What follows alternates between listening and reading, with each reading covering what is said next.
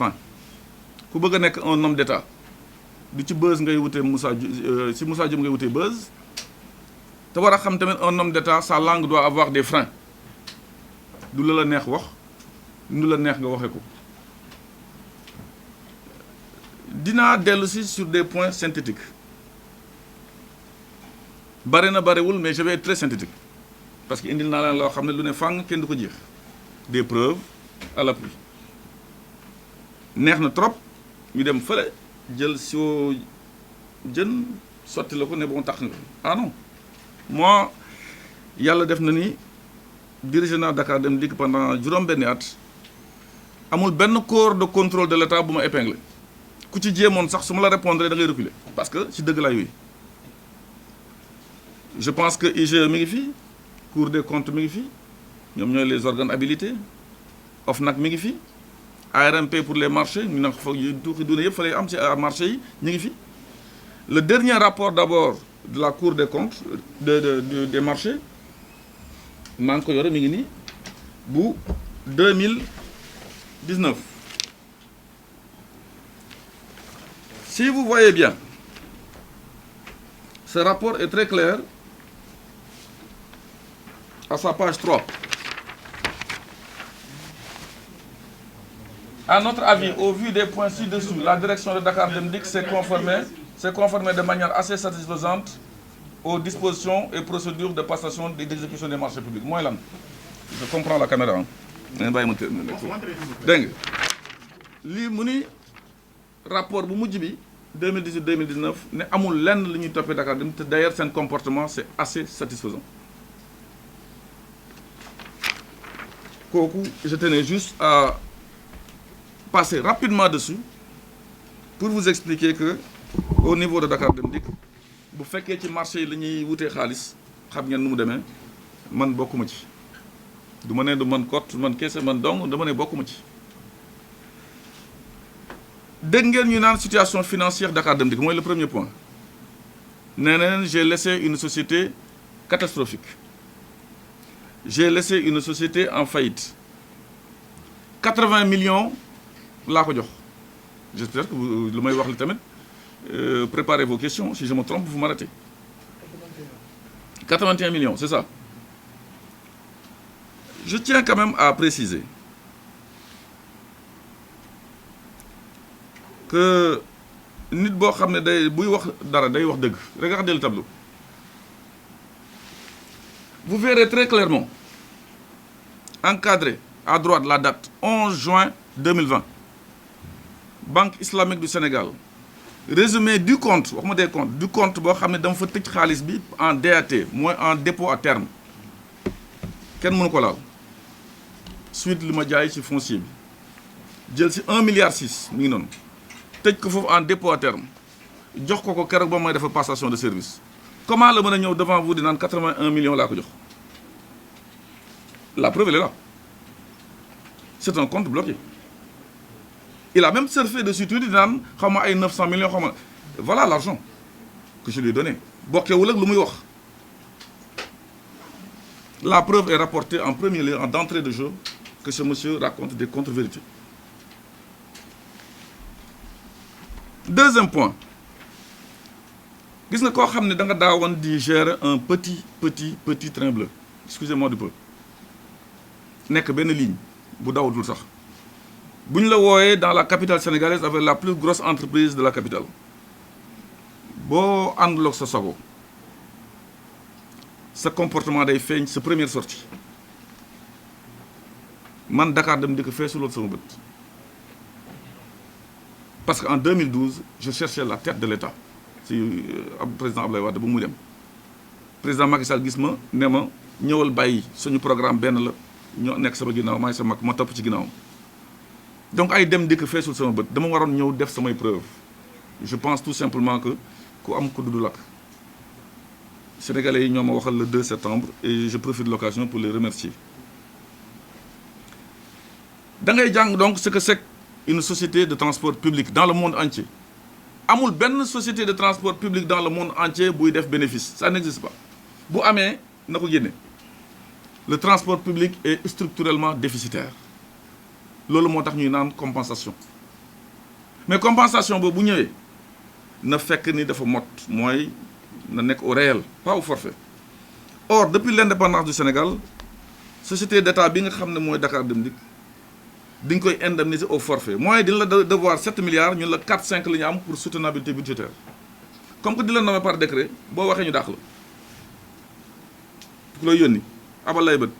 bu la nee muut da ngay noppi. man nag nekkoon naa ci biir xaw a lakkale tuuti j'étais un petit perturbateur moo tax mu mën a téye kër gi pendant 6 ans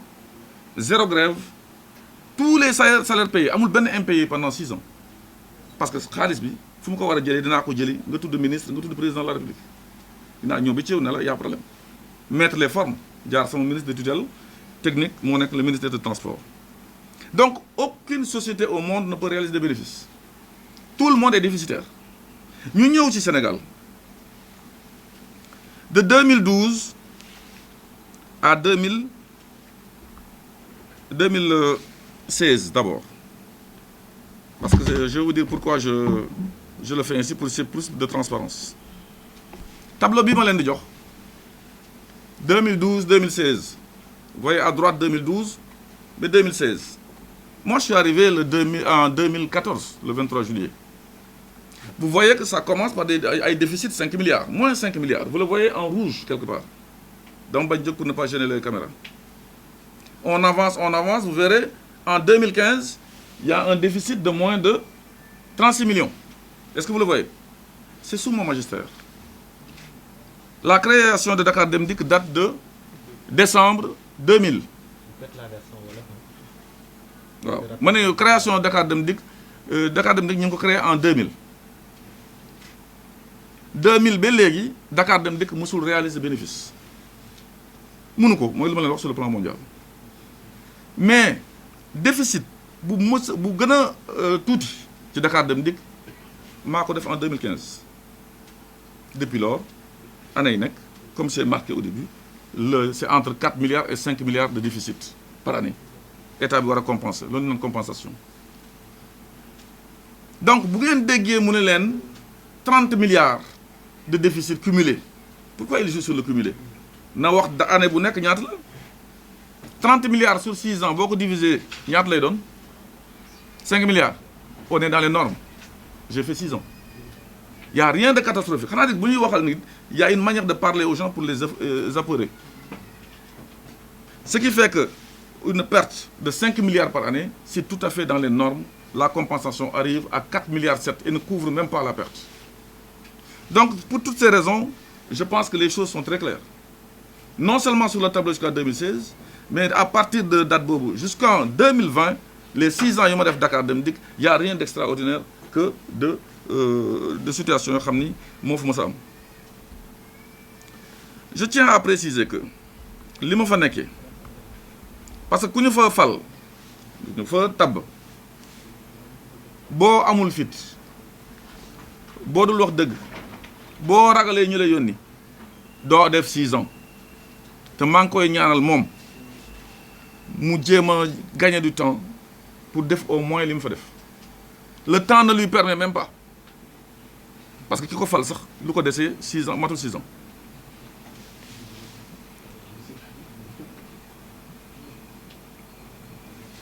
la moo tax ma ne la boo fa nekkee vous allez voir en 2019 tableau bi regardez le 15 juillet 2019 boobu ma sentiré la situation mu dem d'une certaine manière j'ai écrit à mon ministre de tutelle Oumar Youm vous avez la lettre sur le voilà boobu ma bindee lettre boobu moom mu jël lettre moom le 17 2 jours après envoyé ko situation financière de Dakar Dem Dikk envoyé ko ministre des finances recevoir ko vous allez le voir mi nga ko 9 août adressé à monsieur Abdoulaye Daouda Diallo ne ko attention Dakar Dem Dikk vous leur devez de l'argent vous devez payer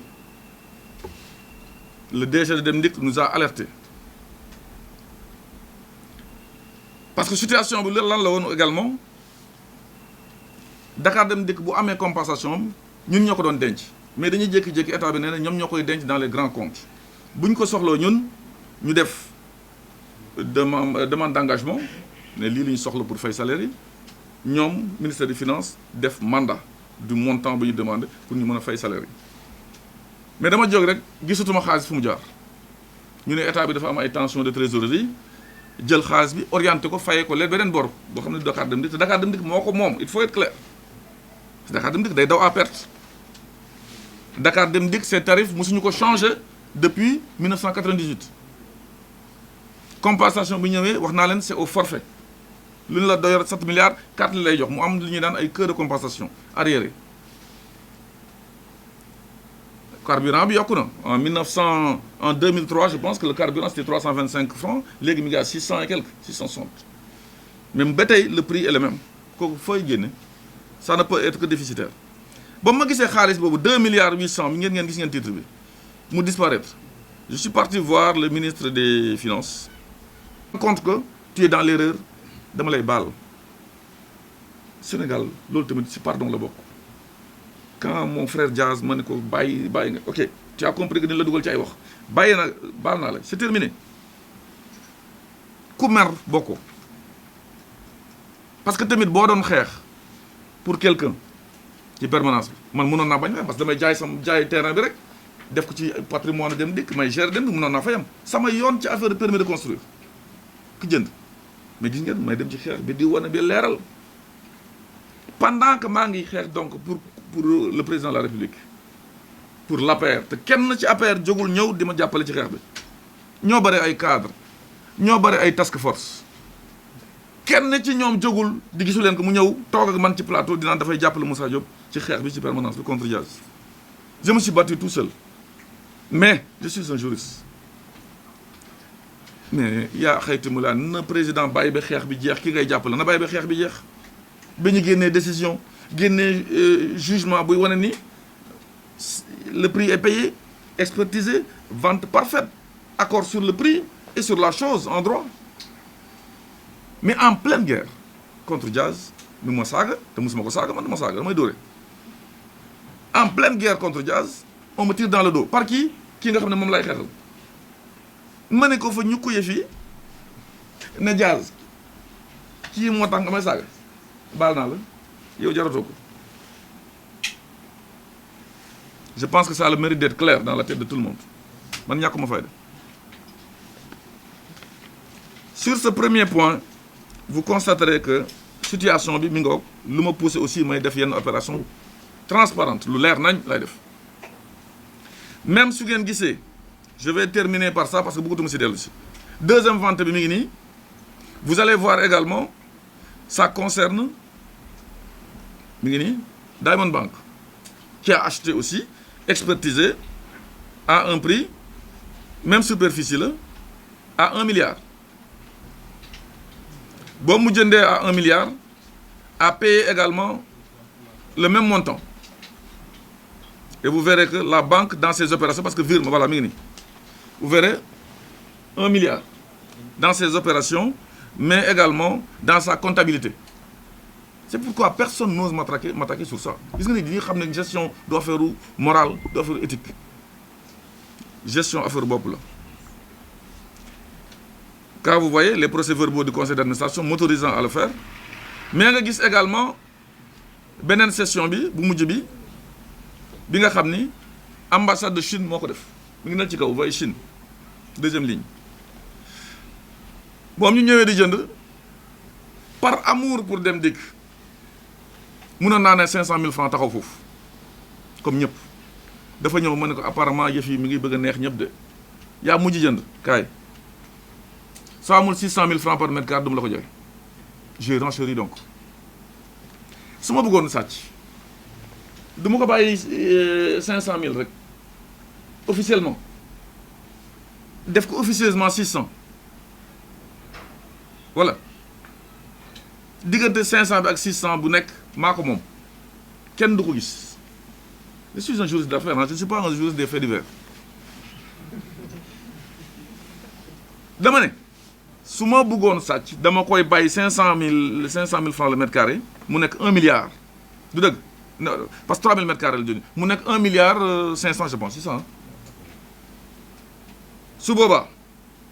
les 300 millions là sama poche lay dugg te kenn du ko gis Le gars, je dis, tu me trouves chez moi, tu m'amènes les 300, on signe sur les 500, comme tout le monde. Defumako, dama ko ne tu montes à 600 pour l'intérêt de Dem Dikk. Bon mu defee loolu, vous le verrez très clairement. Voilà. Prix 1,8 milliard sur 3000 mètres carrés. En raison de, en dessous, 600 000 francs le mètre carré. Kii dama ko defal Dem Dikk man du ma sàcc. Est-ce que fay na ko? Parce que tamit mën nga jël ñu wax la rek nga jël affaire bi sànni wala poubelle.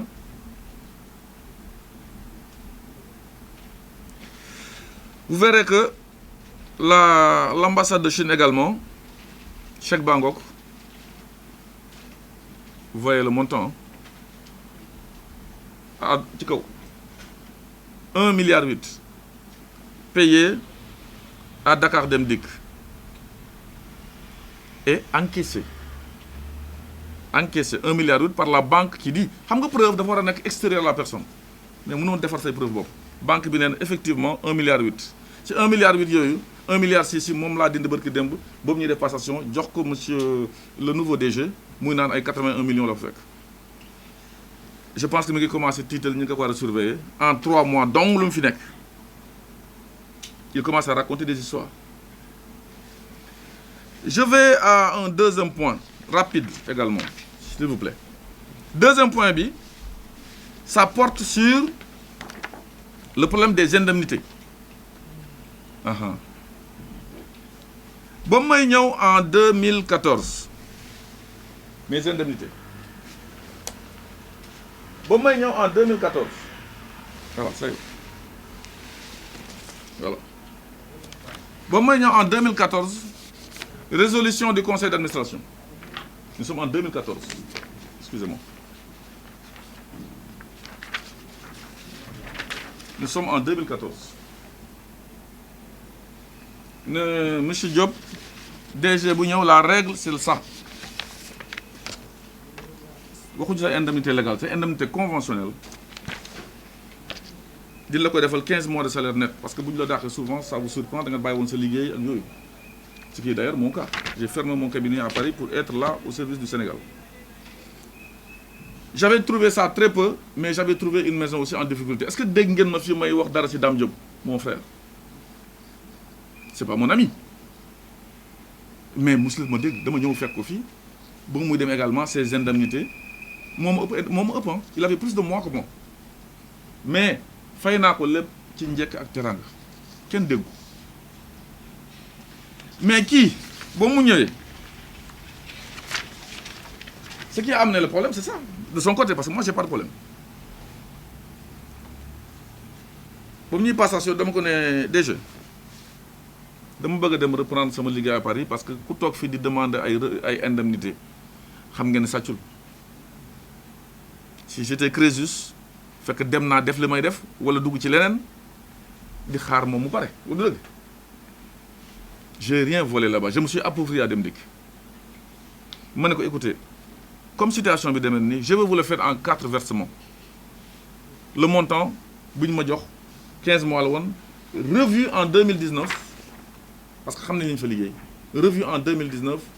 à 24 mois 24 mois avec mon salaire parce que léegi loolu moo tax ma ne un homme d'État doit avoir sa langue doit avoir des freins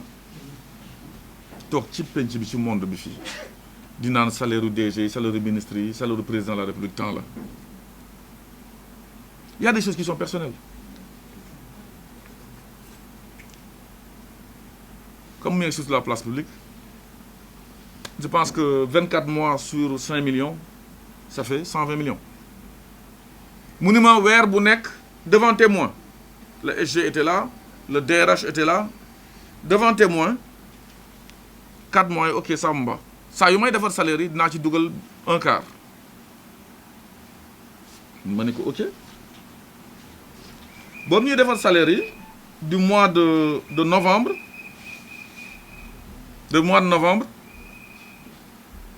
mu dugal un quart waxuma ko dara ok merci kii mi ngi respecter seen convention c'est pas ça mi ngi respecter seen convention je vais le sortir tout de suite loolu boobu mu amee 9 décembre ñëw les salaires sont préparés waxuma dara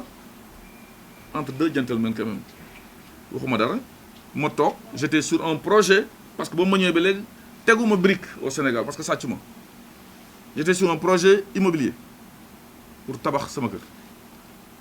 maa ngi sama banquier woo ma maa ngi toog ak moom xamoon na effectivement ça devait venir jox ma rendez-vous bés boobu ne ma affaire yi ñëw na ñëwal ma ñëw ñu vérifier mu ne ma sa affaire nekku ci ma ne c'est pas possible ma woo DG bi jotuma ko ma bàyyi ko message ma ne ko mais bu fekkee ne sa y a quelque chose woo ma nga ni ma bon y a quelque chose mais noonu laa ko jëlee le message il est écrit il existe donc lu ci ñaaw 2 jours après mu rappelé ma par vocal gis naa sa message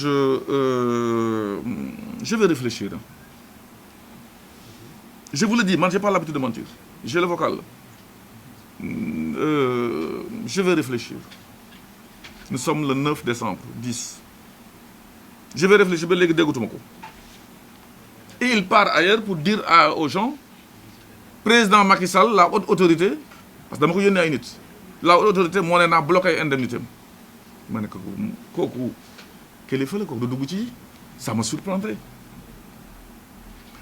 de 4 personnes différentes mu dem wax leen loolu ma yónni ko le président du conseil d'administration mu maintenir position la haute autorité parce que moom lay dóoree gars yi